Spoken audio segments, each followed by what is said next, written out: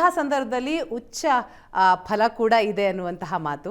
So ಮೊದಲನೇದಾಗಿ ಇದನ್ನು ಗಮನದಲ್ಲಿ ಇಟ್ಕೊಂಡು ಮೊದಲ ಮೇಷರಾಶಿಯ ಬಗ್ಗೆ ಅದರ ಫಲಾಫಲವನ್ನು ತಿಳಿಸ್ಕೊಡೋದಾದರೆ. ಆದಿತ್ಯಾದಿ ನವಗ್ರಹ ದೇವತಾಭ್ಯೋ ನಮಃ.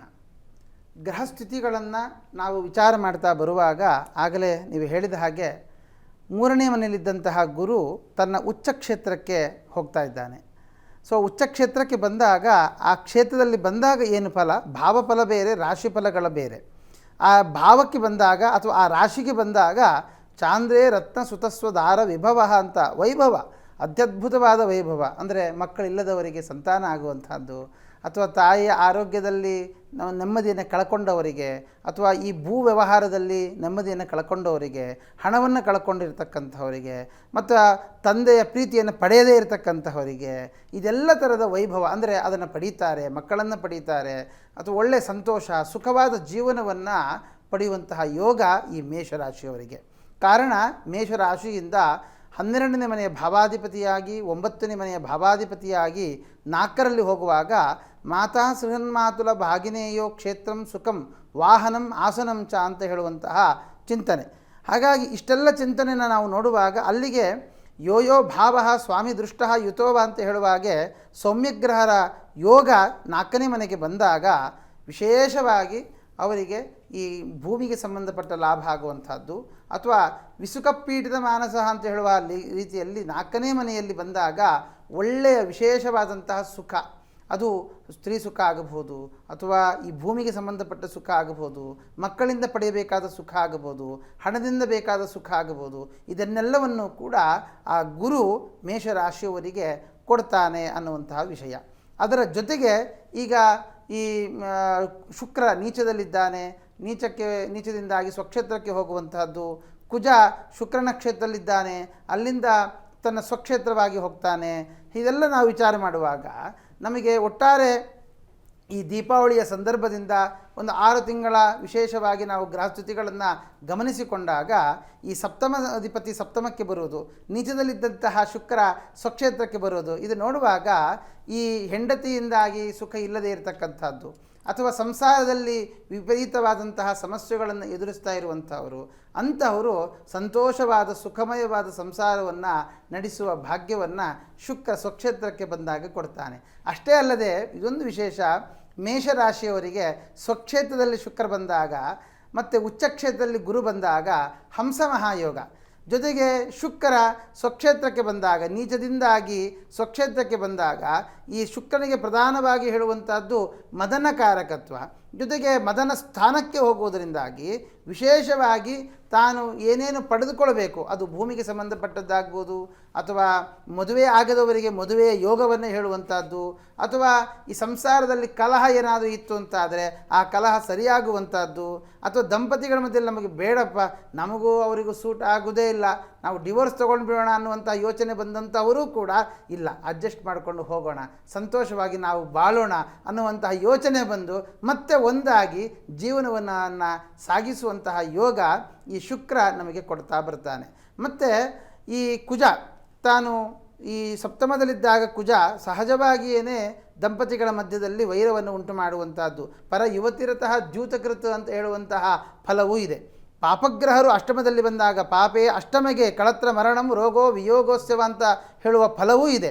ಆದ್ದರಿಂದ ಅವನು ಲಗ್ನಾಧಿಪತಿ ಆಗಿರೋದ್ರಿಂದ ಬೇರೆಯವರಿಗೆ ದೋಷ ಹೇಳುವುದಕ್ಕಿಂತ ಸ್ವತಃ ತನ್ನ ದೇಹಕ್ಕೇನೆ ಅನಾರೋಗ್ಯಗಳು ಹೆಚ್ಚಾಗುವ ಸಾಧ್ಯತೆ ಇದೆ. ಆದ್ದರಿಂದ ಪ್ರಧಾನವಾಗಿ ಮೇಷರಾಶಿಯವರು ಸುಬ್ರಹ್ಮಣ್ಯನ ಆರಾಧನೆ ಮಾಡುವಂಥದ್ದಾಗಲಿ, ಅಥವಾ ಗುರು ಬಲವನ್ನು ಇನ್ನೂ ಹೆಚ್ಚು ಮಾಡಿಕೊಳ್ಳುವಂಥದ್ದು. ಆದ್ದರಿಂದ ಪ್ರತಿನಿತ್ಯ ವಿಷ್ಣು ಸಹಸ್ರನಾಮದ ಜಪ, ವಿಷ್ಣು ಸಹಸ್ರನಾಮದ ಪಾರಾಯಣವನ್ನು ನಡೆಸುವಂಥದ್ದು, ಅಥವಾ ಕೆಂಪು ವಸ್ತ್ರವನ್ನು ಧಾರಣೆ ಮಾಡಿಕೊಂಡು ಆ ದುರ್ಗೆಯ ವಿಶೇಷವಾದ ಮಂತ್ರಗಳ ಜಪವನ್ನು ಉಪಾಸನೆಯನ್ನು ಮಾಡುವುದರಿಂದಲೂ ಕೂಡ ಒಂದು ವೇಳೆ ಸಮಸ್ಯೆಗಳು ಬರುವುದಿದ್ದರೂ ಆ ಎಲ್ಲ ಸಮಸ್ಯೆಗಳು ಕೂಡ ದೂರವಾಗುತ್ತೆ ಮೇಷರಾಶಿಯವರಿಗೆ. ಮೇಷರಾಶಿ ಆಯಿತು. ಇನ್ನು ವೃಷಭ ರಾಶಿ. ಗುರುಗಳೇ, ವೃಷಭ ರಾಶಿಯ ಫಲಾಫಲ ಹೇಗಿದೆ?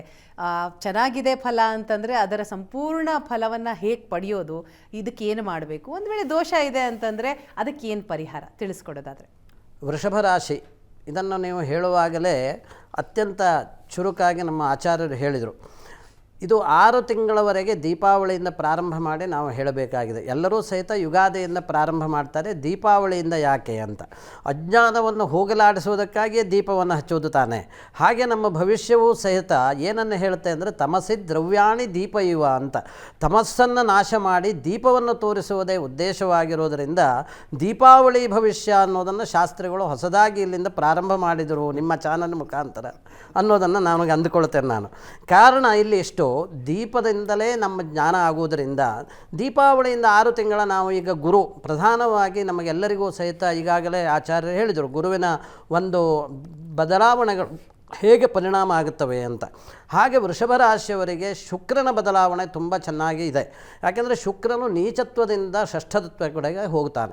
ಆಗ ಅಶತ್ರುಹು ಅಂತ ವರಾಹಮಿರಾಚಾರ್ಯರು ಅದನ್ನು ಗುರುತಿಸ್ತಾರೆ. ಯಾಕೆಂದರೆ ಶುಕ್ರ ಯಾವ ರೀತಿಯಲ್ಲಿ ತನ್ನ ಮನೆಯಲ್ಲಿದ್ದಾಗ ಆ ರೀತಿಯ ಒಳ್ಳೆಯ ಫಲಗಳನ್ನು ಮೊದಲು ರಾಶ್ಯಾಧಿಪತಿಗಳಿಗೆ ಹೇಳಬೇಕು. ರಾಶಿ ಅಂತಂದರೆ ಮನಸ್ಸು ಅಂತ ಅರ್ಥ. ಆ ಮನಸ್ಸನ್ನು ಕೇಂದ್ರೀಕರಿಸಿಕೊಂಡು ನಾವು ವೃಷಭ ರಾಶಿಯವರನ್ನು ನೋಡುವಾಗ ಲಾಭದಲ್ಲಿರುವ ಶನಿ, ಯಾಕೆಂದರೆ ವೃಷಭಕ್ಕೆ ಯೋಗಕಾರಕನಾದವನು ಶನಿ, ದಶಮಾಧಿಪತಿಯೂ ಮತ್ತು ಭಾಗ್ಯಾಧಿಪತಿಯೂ ಆಗಿರುವ ಶನಿ ಲಗ್ನವನ್ನು ನೋಡುವಂಥದ್ದೇನಿದೆ ಅದು ತುಂಬ ಒಳ್ಳೆಯದು. ಇನ್ನು ಅವನು ವಕ್ರನಾಗಿರುವಂಥದ್ದು ವಕ್ರಂಗತ ಸ್ವಚ್ಛ ಫಲಂ ವಿದಧ್ಯಾತ್ ಅನ್ನೋದಾಗಿ ಹೇಳುತ್ತೆ. ಹಾಗಾಗಿ ಅದು ಉಚ್ಚದ ಫಲ ಅಂತ. ಇನ್ನು ವೃಷಭ ರಾಶಿ ಅಂದರೆ ಕರ್ಕಾಟಕ ರಾಶಿಯಲ್ಲಿರುವಂತಹ ಗುರುವು ಲಾಭದಲ್ಲಿರುವ ಶನಿಯನ್ನು ಹಾಗೂ ವೃಶ್ಚಿಕದಲ್ಲಿರುವ ಗುರುವನ್ನು ಅಂದರೆ ಪಾಪ 2 ಗ್ರಹಗಳನ್ನು ಸಹಿತ ನೋಡ್ತಾನೆ. ನಮ್ಮ ಜೀವನದಲ್ಲಿ ನಾವು ಶನಿಯನ್ನು ಗುರುವನ್ನು ಕುಜನನ್ನು ಇಲ್ಲಿ ಪ್ರಧಾನವಾಗಿ ಯಾಕೆ ಇಟ್ಟುಕೊಳ್ಬೇಕಾಗ್ತದೆ ಅಂತಂದರೆ ಸಾಹಸಕಾರಕನಾದ ಕುಜನು ಅತ್ಯಂತ ಶ್ರೇಷ್ಠವಾಗಿದ್ದವನು ಮತ್ತು ವೃಷಭ ರಾಶಿಯವರಿಗೆ ಭಾಗ್ಯಾಧಿಪತಿಯ ಕರ್ಮಾಧಿಪತಿಯಾದ ಶನಿಯು ಅದೇ ರೀತಿಯಾಗಿ ವೃಷಭ ರಾಶಿಯಲ್ಲಿ ಗುರುವಿನ ಎಲ್ಲಿ ಸಂಪದೇ ಗುರು ಸಂಯೋಗ ಶನಿಯೋಗೇ ವಿಪತ್ತಯ ಎಂಬುದಾಗಿದ್ದರೂ ಗುರುವಿನ ದೃಷ್ಟಿ ಇರುವುದರಿಂದ ಶನಿಕುಜರ ಪಾಪತ್ವವು ಹೋಗಿ ವೃಷಭ ರಾಶಿಯವರಿಗೆ ಅತ್ಯಂತ ಶ್ರೇಷ್ಠವಾದ ಫಲಗಳನ್ನು ಈ ಸಂದರ್ಭದಲ್ಲಿ ನಾವು ಹೇಳಬೇಕಾಗತ್ತೆ ಎಲ್ಲ ಸಮಯದಲ್ಲೂ. ಆದರೆ ಕೆಲವೊಂದು ಸಲ ಭಾಗ್ಯದಲ್ಲಿ ಮತ್ತು ಕರ್ಮದಲ್ಲಿ ಪಂಚಗ್ರಹಗಳ ಯೋಗ ಆಗುವಂಥದ್ದು ಉಂಟು. ಜನವರಿ ಮತ್ತು ಫೆಬ್ರವರಿ ತಿಂಗಳಲ್ಲಿ ಅವರಿಗೆ ಪಂಚಗ್ರಹ ಯೋಗ ಆಗತ್ತೆ. ಅಂತಹ ಸಂದರ್ಭದಲ್ಲಿ ನಾವು ಪರಮಾತ್ಮನನ್ನು ಸ್ಮರಣೆ ಮಾಡಲೇಬೇಕು. ಅವರು ಹೇಳಿದರು ವಿಷ್ಣು ಸಹಸ್ರನಾಮ ಅದು ಎಲ್ಲದಕ್ಕೂ ಸಹಿತ ಅತ್ಯಂತ ಶ್ರೇಷ್ಠವಾದದ್ದು.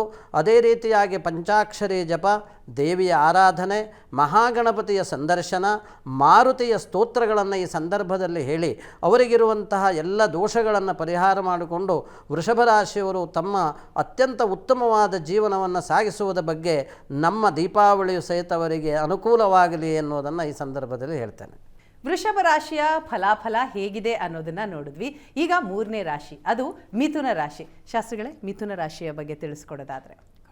ಮಿಥುನ ರಾಶಿಯವರಿಗೆ ನೋಡಿ, ನಿಮ್ಮ ರಾಶಿಯಿಂದ ಈಗಾಗಲೇ ಗುರುವಿನ ಪ್ರವೇಶ ಕರ್ಕಟಕ ರಾಶಿಗೆ ಬಂದುಬಿಟ್ಟಿದೆ. ಅಂದರೆ ದ್ವಿತೀಯ ಸ್ಥಾನದಲ್ಲಿ ಗುರುವಿದ್ದಾಗ ಅದನ್ನು ಗುರುಬಲ ಅಂತ ಕರೀತಾರೆ. ಹೀಗಾಗಿ ಗುರು ಎಂಥ ಫಲಗಳನ್ನು ಕೊಡ್ತಾನಪ್ಪ ಅಂತಂದರೆ ವಾಗ್ಮಿ ಭೋಜನ ಸಾರವಾಂಶ್ಚ ಸುಮುಖೋ ವಿತ್ತೇಧನಿ ಕೋವಿದ ಅಂತ ಹೇಳುತ್ತೆ. ಹೀಗಾಗಿ ವಾಕ್ಪಟುತ್ವ ಅಂತಕ್ಕಂಥದ್ದು ಉಂಟಾಗುತ್ತೆ. ಇಷ್ಟು ದಿವಸ ನೀವು ಮಾತಾಡಿದ್ರೆ ಅದಕ್ಕೆ ಬೆಲೆ ಇರಲಿಲ್ಲ, ಆದರೆ ಈಗ ಮಾತಾಡ್ತಾ ಇದ್ದರೆ 4-6 ಜನ ನಿಂತು ಕೈ ಕಟ್ಟಿಕೊಂಡು ನಿಂತು ಕಣ್ಣರಳಿಸಿಕೊಂಡು ಕಿವಿ ಅರಳಿಸಿಕೊಂಡು ಕೇಳ್ತಾರೆ. ಆ ರೀತಿಯ ವಾಕ್ಪಟುತ್ವ ಅಂತಕ್ಕಂಥದ್ದು ಬಂದುಬಿಡುತ್ತೆ. ವಿದ್ಯಾರ್ಥಿಗಳಿಗೆ ತುಂಬ ಉತ್ಕೃಷ್ಟವಾದ ಫಲಗಳನ್ನು ಹೇಳಿದೆ. ಹಣಕಾಸಿನ ಧನಕಾರಕನೂ ಹೌದವನು. ಗುರು ಧನಸ್ಥಾನದಲ್ಲಿ ಸಂಚರಿಸುವಾಗ ಅದು ಉಚ್ಚಸ್ಥಾನ. ಕರ್ಮಾಧಿಪತಿಯಾಗಿರತಕ್ಕಂಥವನು ಧನಸ್ಥಾನದಲ್ಲಿ ಸಂಚರಿಸುವಾಗ ನೀವು ಮಾಡಿದಂಥ ಎಲ್ಲ ಕೆಲಸಗಳಿಗೆ ವಿಶಿಷ್ಟವಾದ ಗೌರವ ಧನ ಅದು ಬಂದು ನಿಮ್ಮ ಸಂತೋಷವನ್ನು ಇಮ್ಮಡಿಗೊಳಿಸುತ್ತೆ ಅನ್ನೋದನ್ನು ಸೂಚಿಸ್ತಾ ಇದೆ. ಕೋವಿದ ಈ ವಿದ್ವಾಂಸರು ಕೂಡ ನಿಮ್ಮ ವಿದ್ವತ್ತನ್ನು ಪ್ರಶಂಸೆ ಮಾಡಿ ಹೌದು ನೀವು ಹೇಳಿದ ಸರಿ, ಆ ರೀತಿಯ ಒಂದು ಗೌರವ ಪ್ರಶಂಸೆ ಪ್ರತಿಷ್ಠೆಗಳಿಗೆ ನೀವು ಪಾತ್ರರಾಗ್ತೀರಾ, ಅದರಲ್ಲಿ ಏನು ಸಂಶಯ ಇಲ್ಲ.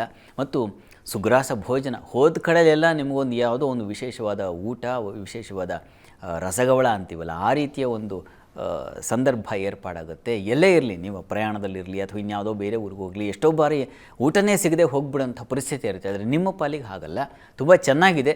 ಯಾವ ರಸ್ತೆಯಲ್ಲಿದ್ದರೂ ಯಾರೋ ಒಬ್ಬರು ಆ ಕ್ಷಣಕ್ಕೆ ಬಂದು ಬನ್ನಿ ಸ್ವಾಮಿ ಊಟಕ್ಕೆ ಹೋಗೋಣ, ಊಟ ಸಮಯ ಆಯಿತು, ಈ ರೀತಿಯ ಒಂದು ಆ ಭೋಜನ ವ್ಯವಸ್ಥೆ, ಅದಕ್ಕೆ ಏನು ತೊಂದರೆ ಇಲ್ಲ. ಆ ರೀತಿಯ ಶುಭ ಫಲವನ್ನು ಖಂಡಿತ ಕಾಣ್ತೀರಿ. ಇದು ಡಿಸೆಂಬರ್ 5ನೇ ತಾರೀಕುವರೆಗೆ ಈ ಒಂದು ಉತ್ಕೃಷ್ಟವಾದ ಶುಭ ಫಲವನ್ನು ಕಾಣ್ತೀರಾ.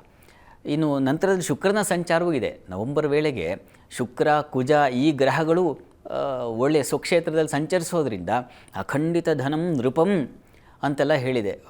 ಏನು ಹಣಕಾಸಿಗೆ ಕೊರತೆ ಆಗೋದಿಲ್ಲ, ಪ್ರತಿಭಾ ಚಾತುರ್ಯ ಅಂತಕ್ಕಂಥದ್ದು ಅರಳುತ್ತೆ. ಪಂಚಮದಲ್ಲಿ ಶುಕ್ರ ಇದ್ದರೆ ಅವರು ಕಾರ್ಯಕೌಶಲ್ಯ ತುಂಬ ಚೆನ್ನಾಗಿರುತ್ತೆ, ಅದನ್ನು ಪ್ರಶಂಸಿಸ್ತಾರೆ ಮತ್ತೊಬ್ಬರು ಕೂಡ.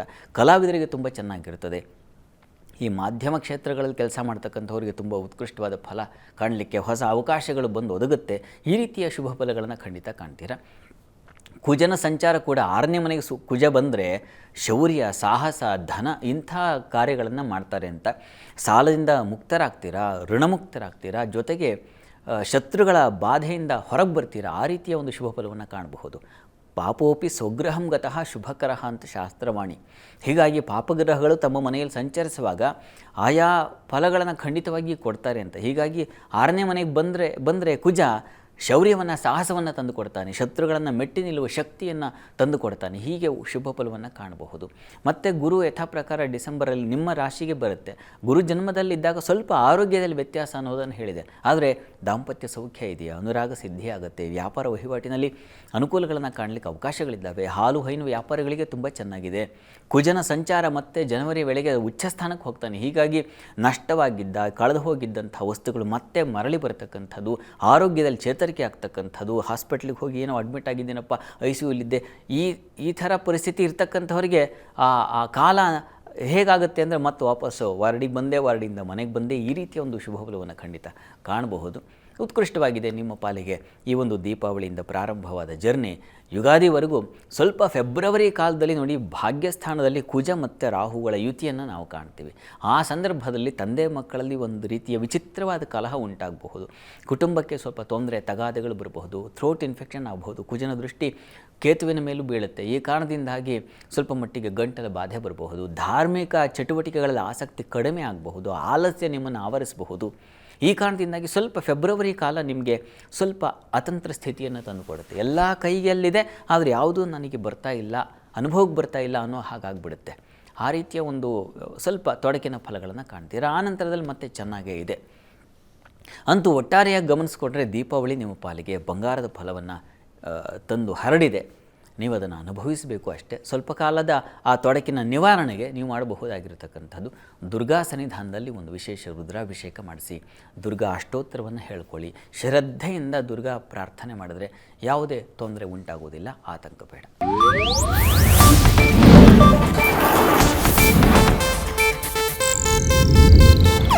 ಇದು ಏಷ್ಯಾನೆಟ್ ನ್ಯೂಸ್ ನೆಟ್ವರ್ಕ್ ಪ್ರಸ್ತುತಿ.